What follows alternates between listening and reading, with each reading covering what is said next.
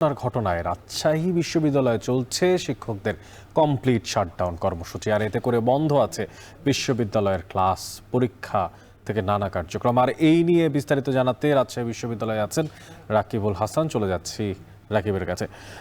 রাকিব, জানাবেন যে শাটডাউন কর্মসূচি চলছে, এতে করে শিক্ষকরা সেই কর্মসূচিতে কি কি দাবি জানাচ্ছেন এবং এখন পর্যন্ত ক্যাম্পাসের সবশেষ খোঁজ খবরগুলো আপনার মাধ্যমে জানতে চাই। অনেক আসলে তৃতীয় দিনের মতো এই কমপ্লিট শাটডাউন এবং কর্মকর্তা কর্মচারীরাও শিক্ষকদের সাথে একাট্টা জানিয়ে তারাও কিন্তু অবস্থান কর্মসূচি পালন করছে।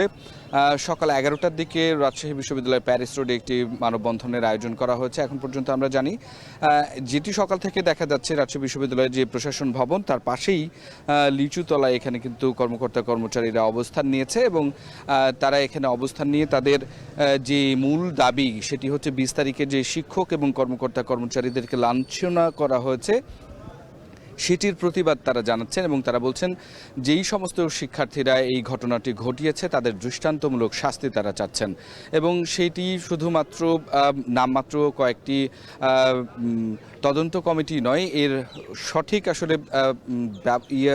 সঠিক বিচারটি তারা আসলে চাচ্ছেন।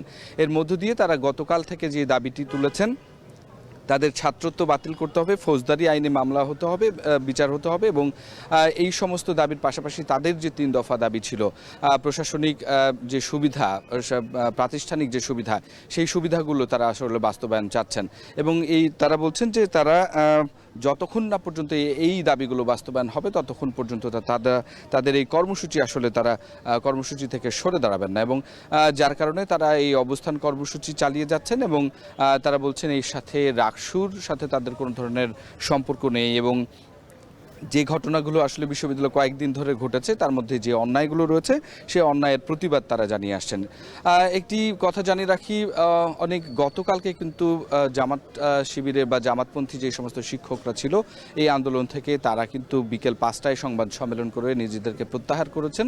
তবে সিংহভাগ শিক্ষক কর্মকর্তা কর্মচারীরা কিন্তু এখনো পর্যন্ত তাদের এই কর্মসূচিতে অব্যাহত আছে এবং তাদের যে দাবি সেটি না আদায় পর্যন্ত তারা তাদের এই কর্মসূচি চালিয়ে যাবেন বলছেন। যদিও 25 তারিখের পরে বিশ্ববিদ্যালয় কিন্তু দুর্গাপূজার ছুটিতে যাচ্ছে, সুতরাং তার আগ পর্যন্ত তারা বলছেন ছুটি পর্যন্ত হলেও তারা এই কর্মসূচি তারা চালাবেন।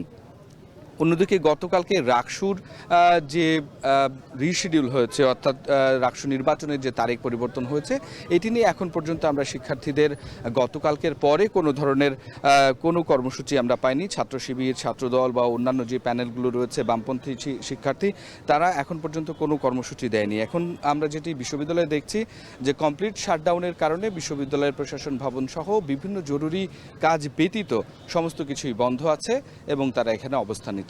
তো অনেক এই ছিল রাজশাহী বিশ্ববিদ্যালয় থেকে আমার কাছে সর্বশেষ খবর।